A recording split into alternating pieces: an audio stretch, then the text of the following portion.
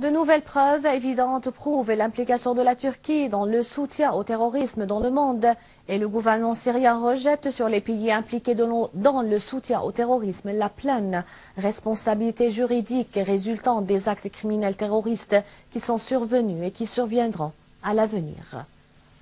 De nouvelles preuves évidentes prouvant l'implication de la Turquie dans le soutien du terrorisme dans le monde et le gouvernement syrien rejette sur les pays impliqués dans le soutien du terrorisme la pleine responsabilité juridique résultant des actes criminels terroristes qui sont survenus et qui surviendront à l'avenir.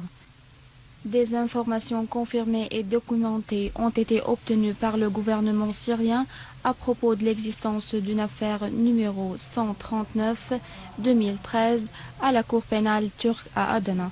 À la demande du procureur général républicain à Adana, M. Mohamed Ari, dans l'affaire numéro 351-2013 enregistrée au 22 juillet 2013, contenant des accusations adressées à un nombre d'impliqués.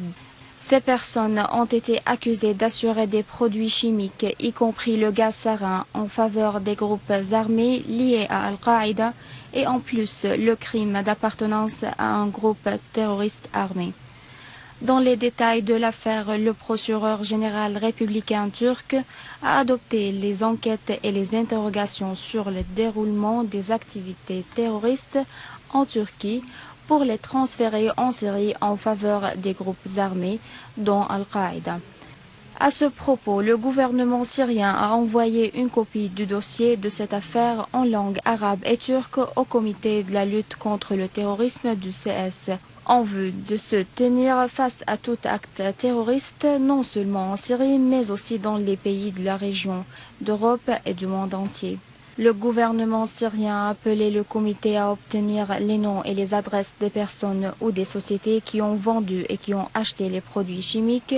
au cours des 3 dernières années, selon la revendication du procureur républicain turc, et de demander aux autorités turques de justifier pourquoi les accusés dans cette affaire ont été libérés sans aucune justification juridique.